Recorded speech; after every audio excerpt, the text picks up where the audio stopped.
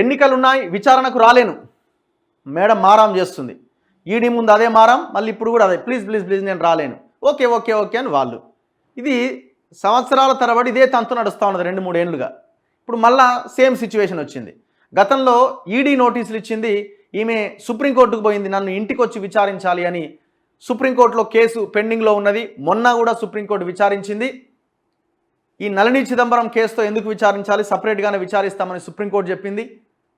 ఇట్లా ఈడీ ఇచ్చిన నోటీసులని ఆమె పక్కన పెడుతూ వచ్చింది. మళ్ళీ తాజాగా సిబిఐ నోటీస్ ఇచ్చింది. సిబిఐ సాక్షిగా కాకుండా ఆమెని నిందితురాలిగా చేర్చింది. ఈమె తప్పు చేసింది అన్న అంచనాకి కూడా సిబిఐ వచ్చింది. ఆ నోటీస్ కన్నా పోతుందేమో ఇవాళనే ఉండే, యాక్చువల్గా ఇవాళ పోద్దేమో అనుకుంటే నో నో నో నో నాకు ఎలక్షన్ టైము 6 వారాలు ఉంది, 7 వారాలు ఉంది, నోటిఫికేషన్ వచ్చేటట్టు ఉంది, నేను చాలా బిజీగా ఉన్నా అని మళ్ళీ మారం చేస్తుంది. పార్టీ నాకు బాధ్యతలు అప్పగించింది. ఎక్కడి బాధ్యతలు ఓరు నాయనా, ఏమంట ఎన్నికలు ఉన్నాయి, విచారణకు రా. నువ్వు పోటీ చేస్తున్నావా అమ్మా? మేడం గారు మీరు పోటీ చేస్తున్నారా? నిజామాబాద్ నుంచి పోటీ చేస్తున్నారా?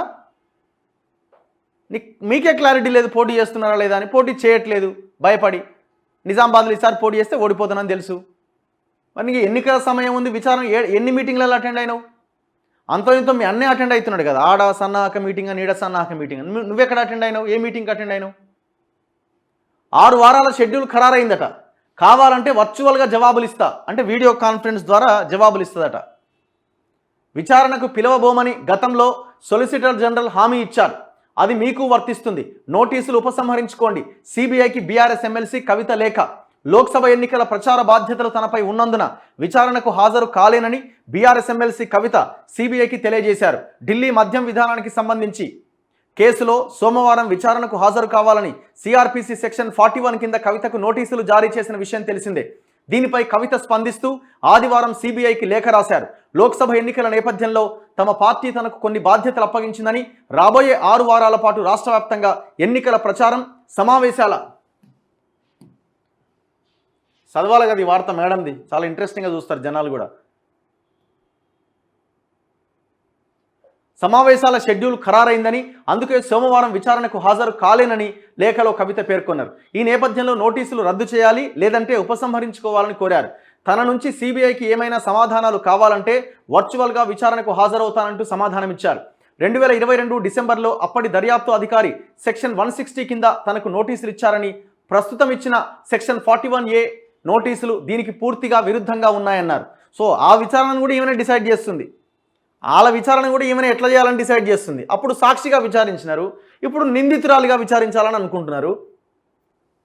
ఇప్పుడు మిమ్మల్ని అయితే నాలాగా రోడ్డు మీద కూరగాయలు కొంటుంటే పండ్లు కొంటుంటారనేది ఎత్తుకపోతలేరుగా. నోటీసులు ఇచ్చి రమ్మని పిలుస్తున్నారు. ఒకసారి రాకపోతే మళ్ళీ నోటీసులు ఇస్తున్నారు, ఒకసారి రాకపోతే మళ్ళీ నోటీసులు ఇస్తున్నారు.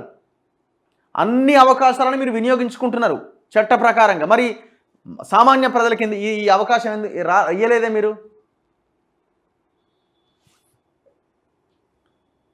నోటీసులు జారీ చేసిన సందర్భం కూడా రాజకీయ కోణంలో ఆలోచించే విధంగా ఉందన్నారు.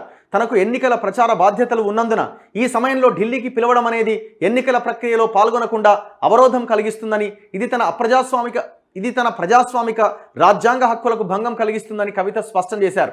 గతంలో ఇదే కేసులో ఈడీ తనకు నోటీసులు జారీ చేయగా తాను సుప్రీంకోర్టును ఆశ్రయించాను అని, ఆ కేసు సుప్రీంకోర్టులో పెండింగ్లో ఉన్నందున తనను విచారణకు పిలవబోమని గతంలోనే అదనపు సొలిసిటర్ జనరల్ సుప్రీంకోర్టుకు హామీ ఇచ్చారని ప్రస్తావించారు. సొలిసిటర్ జనరల్ ఇచ్చిన హామీ సిబిఐకి కూడా వర్తిస్తుందన్నారు. గతంలోనూ సిబిఐ బృందం హైదరాబాద్లోని తన నివాసానికి వచ్చినప్పుడు విచారణకు సహకరించాను అని గుర్తు చేశారు. కానీ 15 నెలల విరామం తర్వాత ఇప్పుడు తనను విచారణకు పిలవడం, కొత్తగా సెక్షన్లు మార్చడం అనేక అనుమానాలకు తావిస్తుందని లేఖలో కవిత పేర్కొన్నారు. సెక్షన్లు మార్చడం కూడా తప్పే అట. సారా దందా చేయడం మాత్రం తప్పు కాదు. ప్రత్యేకంగా ఫ్లైట్లు వేసుకొని పోయి ఒబెరాయ్ హోటల్లో సూట్లు బుక్ చేసుకొని ఇట్లాంటివి తప్పు కాదు.